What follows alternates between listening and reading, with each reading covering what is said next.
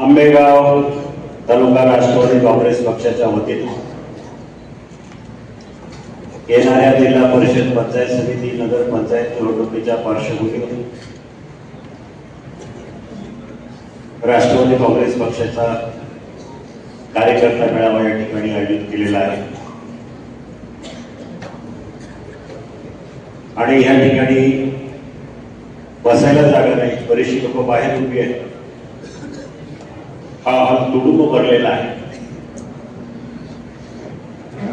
यावरून मला खात्री आहे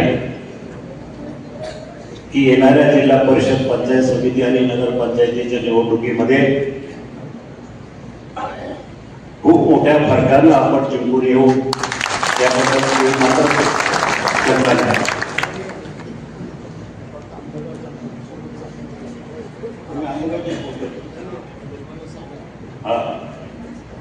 आणि हा मेळावा तुमच्या सगळ्यांच्या माहितीसाठी फक्त आंबेगाव तालुक्यातल्या पदाधिकाऱ्यांचा आहे. शिरूरचा मेळावा आपण 17 तारखेला शिरूर मध्ये घेणार.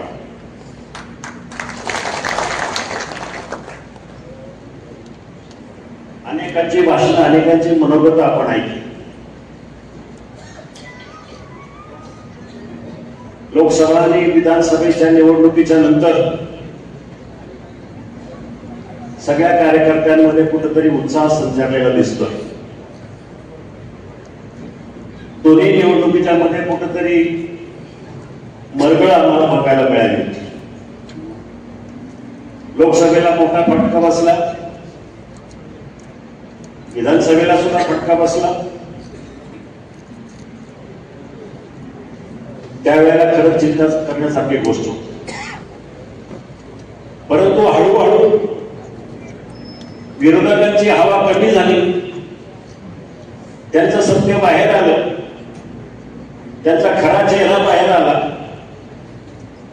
त्यानंतर आंबेगाव तालुक्यातल्या जनतेला जाणीव झाली की आपण कुठेतरी चूक केली.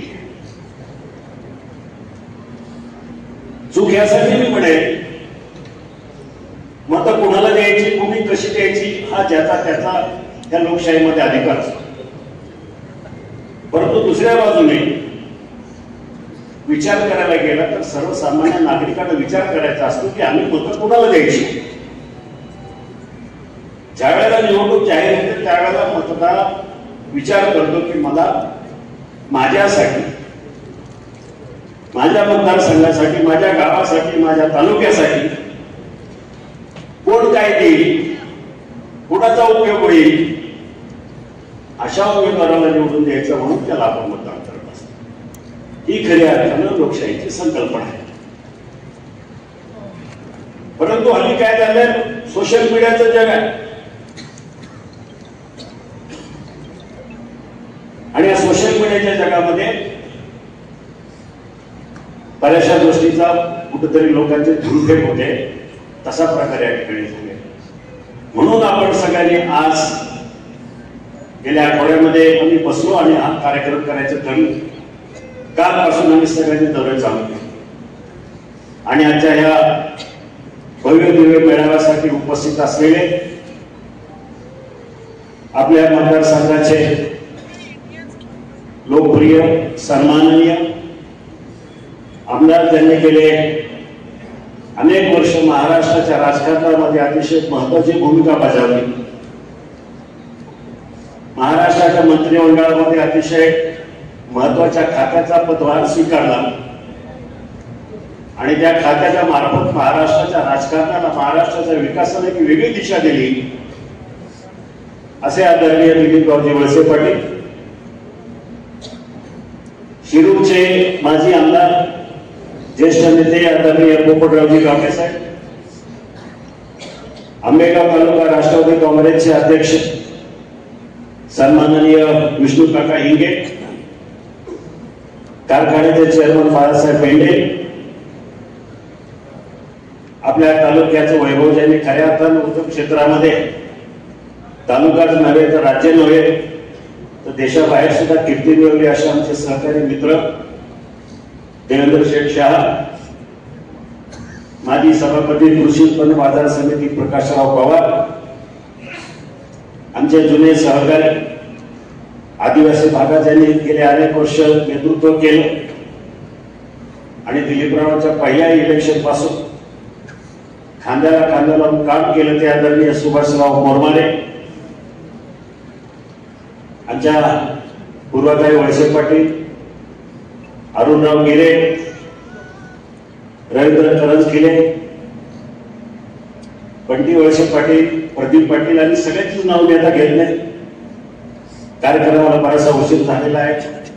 बरेचसे लोक सकाळी 11 वाजल्यापासून येते. साहेबांना सुद्धा बोलायला त्याचं मनोगत व्यवस्थितपणे मांडायला वेळ मिळाला म्हणून मी जास्त बोलणार नाही. मला एक गोष्ट कळत नाही, झालेल्या इलेक्शनचा थोडाफार तरी आपण आढावा घ्यायला पाहिजे. लोकसभेची निवडणूक झाली, वातावरण खूप चांगलं होतं आणि कोणालाही विचारलं तर आपण 100% सांगू शकत होतो की या शिरूर लोकसभा मतदारसंघामध्ये महायुतीचाच उमेदवार निवडून येईल याबद्दल तुम्ही मात्र शंका नाही. पण देशाचं राजकारण वेगळ्या दिशेने चाललं होतं. आमच्या आदिवासी बांधवाची दिशाभूल करण्यात आली. अल्पसंख्याक समाजाचा भ्रमनिर्नाश करण्यात आला. या सगळं राजकारण जर पाहिलं तर त्याचा फटका आपल्या तालुक्यापुरता मतदारसंघापुरता नव्हता, तर देशाच्या राजकारणाचा फटका या लोकसभा मतदारसंघावर दिसला. परंतु मला विधानसभेच्या निवडणुकीमध्ये माझा पराभव झाला. मला काही फारसं वाईट वाटलं नाही, कारण हे देशाचं राजकारण, त्याला मी बळी पडलो असेल. पण विधानसभेच्या निवडणुकीमध्ये मला आंबेगाव तालुक्यातल्या जनतेला विचारायचं की आपण कुठला विचार करून इतक्या कमी मताधिक्य दिले समोरच्या उमेदवाराला मत दिली, काय आपण पाहिजे. गेले 10 वर्ष त्यानं सुद्धा राजकारण केलं, 15 वर्ष 20 वर्ष दिलीपराव बरोबर राहिले, राष्ट्रवादी काँग्रेस पक्षाबरोबर राहिले. पण कुठेतरी काय झालं, आपण गेल्या 30 वर्षापासूनचा आंबेगाव तालुका, त्याच्या अगोदरचा आंबेगाव तालुका, या तालुक्यात झालेली कामं, वळसे पाटलांचं कर्तृत्व, या सगळ्या गोष्टीवर सोयीस्करपणे कानाडोळा केला आणि आपण चुकीचं मतदान करून घेतलं. त्याचा परिणाम काय झाला, त्यांना तुमचं आमचं नुकसान झालं. मला सांगा, 1500 मताची मताधिक्य याचा फटका या मतदारसंघावर बसला. विजय झाले, पण नुसता विजय करून चालणार नव्हतं, तर ह्या महत्वाच्या मोक्याच्या ठिकाणी, मोक्याच्या वेळी आदरणीय वळसे पाटील मंत्रिमंडळात आले. हे फक्त आपल्या एका चुकीमुळे झालं. लोकसभेच्या निवडणुकीमध्ये जनतेने चुकीचा निर्णय घेतला. माझं काय नुकसान नाही झालं, ठीक आहे, पराभव झाला. गेल्या 6 वर्षापूर्वी सुद्धा पराभव झाला. मी त्याच्यामध्ये नाराज झालो नाही, लोकांमध्ये फिरत राहिलो, किंवा अगर दिल्लीमध्ये भाषण करत राहिला. मी गाव तो गाव पायाला वेगळे लावण्यासारखा फिरत राहिलो आणि हजारो कोटी रुपयाचा निधी एकनाथ शिंदे साहेब असतील, अजितदादा असतील, देवेंद्र फडणवीस असतील, याच्या माध्यमातून गावोगावी पोहोचवलं. खासदाराचं काम काय असतं, लोकांची कामं करणं, लोकांमध्ये राहणं. ते तर मला कळालं. त्यावेळेला वाटलं पराभव झाला, पण पराभवामुळे काय झालं, नुकसान आपलं झालं, आपल्या मतदारसंघाचं झालं, माझं नाही. मला सांगा, 6 वर्षापूर्वी ज्या वेळेला मी खासदारकी माझी गेली, त्यावेळेला पुणे नाशिक रेल्वेचा प्रकल्प ज्या टेबलावर मी ठेवला होता तसाच अजून आहे. त्याच्या पुढची फाईल अजून इथून तिथं हरली, एका जागेवर आहे. हे साहेब अजून मधून कधीतरी येतात. पुणे नाशिक रेल्वे प्रकल्प होणारच, अरे बाबा, त्यासाठी फिरलं पाहिजे, गेलं पाहिजे, लोकांमध्ये गेलं पाहिजे, मंत्र्यांकडे भेटले पाहिजे. आपला चेहरा चांगला आहे तो लोकांना दिसला तरी पाहिजे. ना काम ना धाम, काही आपलं उगाच भाषण करत सुटायची. रेल्वेचं नुकसान झालं. हा रेल्वे प्रकल्प मी माझ्या माध्यमातून 2005 सालापासून पाठलाग करत होतो. त्याला यश आलं मला 2017-18. 13 वर्ष पाठपुरावा केल्यानंतर रेल्वेचा प्रकल्प मंजूर केला, सगळं झालं, त्याच्यावर पैसे पडले, पण पुढं काय राहिलं. हायवेच्या संदर्भामध्ये खासदारचं मेन काम काय असतं? हायवेचं असतं. हा जो आपला खेड सिन्नरचा हायवे आहे, हा माझ्याकडे कुणी लोकांनी मागणी केली नव्हती. मी त्याचं पुढचं विजन बघितलं की येणाऱ्या काळामध्ये इंडस्ट्री वाढते, आमचा शेतकरीचा विकास होतोय, या भागाचा विकास होतोय, हा रस्ता कुठेतरी आपल्याला कमी पडेल म्हणून 2008-2009 पासून मागे लागलो. आणि 5 वर्ष केंद्र सरकारबरोबर, त्यावेळेला काँग्रेसचं सरकार होतं, त्यावेळेचे गडकरीच्या जागीचे मंत्री होते सीपी जोशी,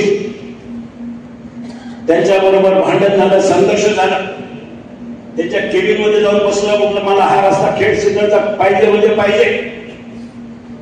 बीओटी तत्वावर जरी असला तरी त्याला सरकारचं फंडिंग 300-400 कोटी रुपये लागणार होते.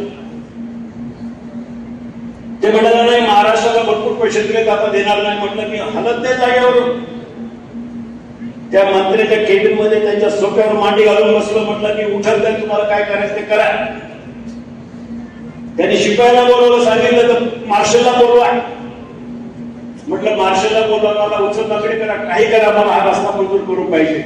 ही गोष्ट 2009-10ची मागणी नव्हती लोकांची. त्यांनी शेवटी तासभर उचल घातल्यानंतर तो रस्ता मंजूर करून दिला. ठीक आहे म्हणा, नेक्स्ट आठवड्यामध्ये त्याला मंजुरी मिळाली. 2 वर्ष सर्वे वगैरे सगळं चालू झालं. 2012ला टेंडर निघालं, 2014ला त्याची ऑर्डर काढली, 2014ला त्याचं काम पूर्ण होणार होतं. दरम्यानच्या काळात नितीन गडकरी मंत्री त्या खात्याचे झाले आणि कुठेतरी कामाला सुरुवात झाली. ते काम लवकर वेळेवर पूर्ण न होण्याचे अनेक कारण आहेत, पण सांगण्याचा मुद्दा आहे की ही कामं आज जे आहे, जी प्रगती आहे, मी पाठपुरावा केलेला आहे, या बाजारानं काही केले नाही, फक्त नारळ फक्त याच्या व्यतिरिक्त काही केलं. आणि म्हणून सांगतो हे नुकसान झालेलं आहे. असं नुकसान पुढे आपल्या विधानसभा मतदारसंघाचं आंबेगाव तालुक्याचं होता कामा नये. विचार करा, जर आज सत्ता आपली आहे, देवेंद्र फडणवीस आहेत एका बाजूला, एकनाथ शिंदे आहेत, आपले पालकमंत्री अजितदादा आहेत, ही सत्ता असताना जर आपला जर उमेदवार दुसरा निवडून आला असता आमदार केला तर ह्या तालुक्याचं काय झालं असतं? तुम्हाला आम्हाला विचार सुद्धा करता येणार नाही. तुम्ही आम्ही सगळ्यांनी जोर लावला कार्यकर्त्यांनी आणि ठरवलं की नाही, काही केलं तरी आपल्याला हा जागा सोडून द्यायची नाही, म्हणून आपण सगळ्यांनी जोर लावला. मी माझा पराभव विसरून सगळं काही विसरून मोठ्या प्रमाणामध्ये निवडणुकीमध्ये उतरलो. सगळे मी उतरला आणि थोड्या मताने कवडा निवडून. तसंच या जिल्हा परिषद, पंचायत समिती, नगरपंचायतीच्या निवडणुकीमध्ये मी आपल्याला सांगू इच्छितो, सत्ता पुन्हा आपलीच आहे. आपल्या नेहमी पक्षाचे अध्यक्ष सन्माननीय अजितदादा यांच्या नेतृत्वाखाली पुन्हा एकदा जिल्हा परिषद पुणे ही आपल्याच ताकद असणार आहे. पंचायत समितीचा सभापती सुद्धा आपलाच असणार आहे. फक्त माझी एवढीच अपेक्षा आहे, आंबेगाव तालुक्यामधल्या 5 जिल्हा परिषद गटापैकी 5च्या 5 आपल्या आले पाहिजे, ही आपल्याला आणि अवघड असं काही नाही हो. आपल्याला वेळ आहे, मतदारसंघ मोठे नाहीये. प्रत्येक कार्यकर्त्याला मला विनंती करायची की तुम्ही मनावर घ्या, आम्ही मनावर घेतलंय. कार्यकर्त्यांना ठरवलं की मी काही करून माझा गट, माझा जिल्हा, माझा गाव, माझा पंचायत समिती गट हे मिळवायचंच असा जर मनापासून एक ठाम निर्धार केला तर काही अवघड नाही. मी तुम्हाला पुन्हा एकदा सांगतो, फक्त तुम्ही ठरवायचं की करायचं आम्हाला. तुमच्या मनाला निर्णय ठरवला तर मतदार ठरवतील. त्या दिशेने काम करायला गेलं तर उगाच आपलं बाजार फिरणं, गोडेगावला जाणं, मनसरला जाणं यापेक्षा आपापल्या गावामध्ये आपण जर थांबून राहिला, मतदाराची ओळख करून घ्या. गावागावामध्ये आपली ओळख तर असतेच, परंतु त्यांच्या काय अडचणी आहेत त्यांच्याशी संपर्क साधा. वेळ आहे अजून महिना 2 महिने तरी अजून निवडणुकीच्या मतदानाला वेळ आहे. समर्थन मी ऐकलंय सगळेजण मिळून एकत्र येणार नाही, पण महाभारतामध्ये पांडव 5च होते आणि कौरव 100 होते. जरी 100 जरी असले तरी निवडून आम्हीच येणार, आपणच येणार, राष्ट्रवादीच येणार याची मला पूर्ण खात्री आहे. कालपासून आम्ही दौरा चालू केला. त्या दिवशी आमदार साहेबांना आम्ही प्रमुख कार्यकर्ते बसलो. येणाऱ्या 10 दिवसाचा प्रोग्राम ठरवला. येणाऱ्या 10-12 दिवसामध्ये कुठं जायचं, कुठल्या गावाचा दौरा करायचा, त्या नियोजनाप्रमाणे काल मी आणि आमदार साहेब आणि काही प्रमुख कार्यकर्त्यांनी सतगाव पटणाची गाव घेतली. अरुण गिरे असतील, काका असतील, बंटी पाटील असतील, त्यांनी पेठ निगुडसर गट घेतलाय आणि सोमवारपासून पुन्हा हे दौरा चालू राहणार आहे. तुम्ही सगळ्यांनी गांभीर्याने आता हे येणारे महिना 2 महिने वेळ काढा. बाकीची कामं राहू द्या. 5 वर्ष आपल्याला कामच करायची. शेतीची कामं असतील, घरातली कामं असतील, ती 5 वर्ष आपल्याला तीच करायची.